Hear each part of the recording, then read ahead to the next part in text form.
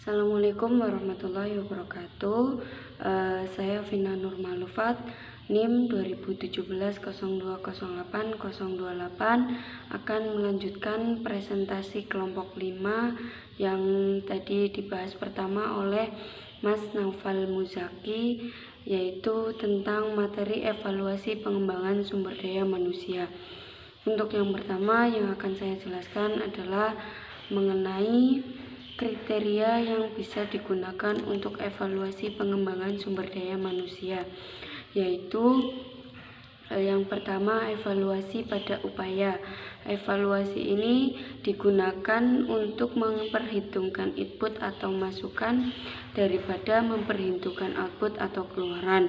Kemudian untuk evaluasi yang kedua adalah evaluasi dari efektivitas pelaksanaan, yaitu berfokus pada hasil akhir dari langkah awal yang digunakan. Tujuan dari efektivitas program itu sendiri adalah untuk mengidentifikasi dan mengukur outcome dan dampak dari program serta menentukan hubungan antara program, outcome atau impact. Apakah hubungan itu sebab akibat langsung atau hanya korelasi dengan banyak faktor pendorong lainnya di samping program tersebut. Kemudian desain dari evaluasi efektivitas adalah untuk membandingkan antara yang bisa diobservasi setelah implementasi program dengan kondisi sebelum program, yaitu terdapat rumus efektivitas sama dengan R dibagi P atau efektivitas R dikurangi C atau P kurangi C, yaitu dengan keterangan R adalah hasil sesungguhnya, untuk P adalah hasil terencana yang diharapkan, untuk C tingkat kuantitatif suatu variabel outcome jika program tidak dilaksanakan. Kemudian ada beberapa evaluasi dari yang perlu dievaluasi, terdapat 5, yaitu evaluasi dari kelayakan, kemudian ada evaluasi hasil akhir, kemudian ada ROI. Untuk yang pertama yaitu evaluasi dari kelayakan, yaitu ditetapkan mengenai seberapa efektif langkah awal yang digunakan. Sebagai contoh, langkah awal peserta mungkin dapat membuktikan pengaplikasian perubahan pada praktek di organisasi, tetapi beberapa peserta lain mungkin tidak dapat melakukan hal tersebut. Kemudian pada evaluasi kelayakan juga ada beberapa standar maupun masalah ketetapan program yang akan diklasifikasikan. Kemudian ada referensi dari penerapan yang akan diterapkan. Untuk yang kedua yaitu proses pembelajaran peserta pada level 2, yaitu dilakukan untuk mengukur perubahan peserta dalam kemampuan, pengetahuan, dan sikap. Pertanyaan kritis yang sering dilontarkan mengenai hal ini adalah apakah peserta mempelajari sasaran-sasaran HRD sebutkan untuk dipelajari. Kemudian evaluasi pada pembelajaran ini adalah upaya membandingkan tingkat pengetahuan dan kemampuan intelektual sebelum dan sesudah pelatihan itu dilaksanakan. Kemudian pada ketiga yaitu aplikasi peserta saat bekerja, yaitu level 3, yaitu dilakukan untuk mengukur perubahan perilaku peserta atau pengaplikasian hal-hal yang telah dipelajari sekembalinya peserta dari pekerjaannya. Kemudian untuk yang keempat adalah hasil akhir atau level 4. Pada hasil akhir mengukur dampak perubahan-perubahan yang diperoleh dari aktivitas belajar dari organisasi secara spesifik. Kemudian untuk yang kelima yaitu adalah ROI. ROI itu sendiri adalah Return of Investment, yaitu merupakan level yang baru ditambahkan tetapi bukan model asli dari Kirkpatrick. Kemudian ada beberapa contoh sudah ditampilkan pada PPT. Untuk contoh evaluasi format 4 yang Kirkpatrick, evaluasi 1 dan evaluasi 2. Untuk di dalamnya ada evaluasi internal dan eksternal. Untuk yang pertama, evaluasi internal itu sendiri adalah evaluasi yang dilakukan pada periode pelaksanaan pelatihan internal atau dalam, dengan kata lain, yang dilakukan pada saat masih di lembaga pendidikan atau pelatihan. Kemudian dalam evaluasi internal ada kategori yang termasuk dalam evaluasi internal. Yang pertama, evaluasi reaksi, yaitu dilakukan untuk mengetahui seberapa besar reaksi peserta pelatihan selama mengikuti pelatihan di lembaga diklat tersebut. Kemudian ada evaluasi pembelajaran, dilakukan untuk mengukur besar pengetahuan atau keterampilan yang diserap oleh peserta pelatihan selama mengikuti pelatihan. Kemudian ada evaluasi eksternal. Evaluasi eksternal itu adalah evaluasi yang dilakukan pasca pelatihan atau setelah pelatihan, yaitu dilakukan setelah pegawai yang bersangkutan kembali ke tempat kerja sesuai dengan pekerjaannya masing-masing, dengan rentang waktu setelah pegawai yang bersangkutan kembali ke tempat kerja, yaitu kisar 3 bulan hingga 1 tahun. Pada kategori evaluasi eksternal, yaitu ada evaluasi kinerja, dilakukan terhadap kompetensi dan kinerja seseorang di tempat tugas setelah mengikuti program pelatihan. Kemudian ada evaluasi dampak, yaitu bertujuan untuk mengetahui dampak pelatihan dan pengembangan terhadap tujuan pengembangan program organisasi tersebut.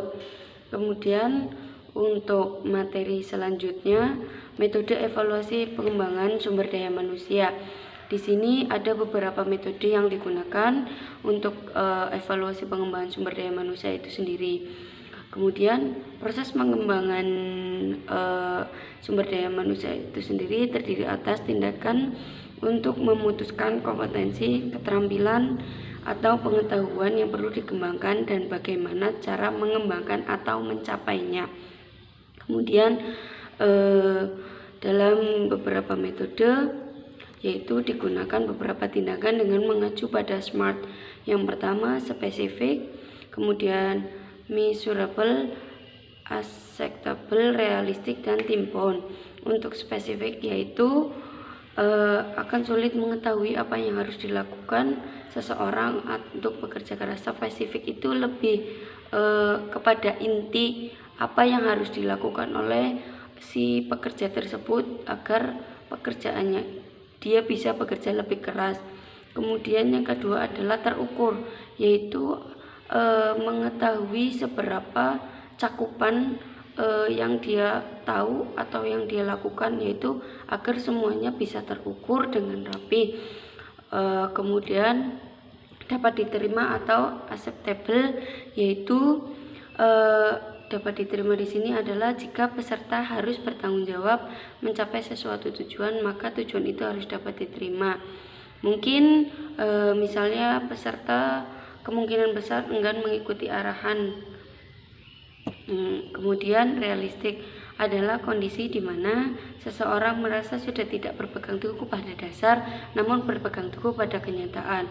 Misal sekarang menjadi dengan adanya virus corona, misal seperti guru, dia mengajar biasanya di kelas dengan memberikan tugas menulis di papan tulis, namun dengan kenyataan yang ada ia berpegang teguh atau bekerja dengan sesuai kondisi yang ada, yaitu melalui video, kemudian melalui WhatsApp sharing soal maupun materi. Kemudian untuk yang kelima, time bound adalah batas waktu dari suatu pekerjaan, yaitu ketika kita akan melakukan pekerjaan itu harus ada batasan. Jadi ketika pekerjaan itu akan dilakukan, kita harus tahu batasan sampai berapa waktu yang dibutuhkan untuk mencapai pekerjaan itu sesuai dengan tujuannya. Kemudian ada akuntabilitas pengembangan sumber daya manusia. Evaluasi program ini dilakukan oleh pelaksanaan dan penanggulangan program, merupakan bentuk dari akuntabilitas dan penyelenggaraan program agar dapat selalu meyakinkan bahwa tujuan program dapat dicapai sesuai dengan tujuan yang telah ditetapkan dari perusahaan tersebut. Kemudian untuk akuntabilitas itu sendiri dinilai dari hasil program yang dinikmati oleh peserta yang menjadi tujuan program. Kemudian ada beberapa hal yang mendasari dalam yang diperlakukan dalam akuntabilitas. Yang pertama, memperbaiki pelaksanaan program, kemudian meningkatkan pengetahuan dan mendapatkan pemahaman yang lebih baik. Untuk sumber informasi yang digunakan untuk menguji dampak pelaksanaan pengembangan sumber daya manusia, yang pertama adalah laporan produktivitas. Untuk laporan produktivitas antara lain penggantian produksi, laporan penjualan, penyelesaian tugas, tingkat kesalahan, dan jumlah perbaikan dengan membandingkan sebelum dan sesudah pelaksanaan pengembangan sumber daya itu dilakukan. Kemudian yang kedua, laporan manajemen sumber daya manusia. Perolehan informasi bagi manajemen sumber daya manusia menunjukkan outcome pembelajaran yang berdampak pada tujuan organisasi. Kemudian pengembangan sumber daya manusia itu menguji dalam hal pengurangan ketidakhadiran, perasaan rendah diri, pergantian karyawan, dan lain sebagainya. Untuk yang ketiga, analisis pendanaan, yaitu dilihat dari melakukan analisis dana untuk trainer, materi, fasilitas, perjalanan, dan waktu pelatihan yang digunakan oleh sejumlah peserta yang mengikuti pelatihan. Kemudian ada benchmarking, yaitu melakukan proses dan menyertakan tahap atau langkah-langkah sistematif.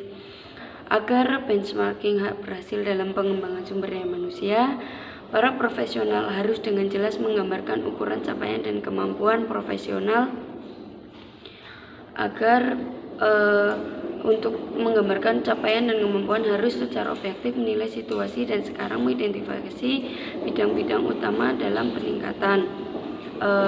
Itulah penjelasan dari beberapa materi yang ada dalam evaluasi pengembangan sumber daya manusia. Terima kasih. Itu penjelasan presentasi dari kelompok 5. Apabila ada kesalahan, mohon maaf. Terima kasih. Wassalamualaikum warahmatullahi wabarakatuh.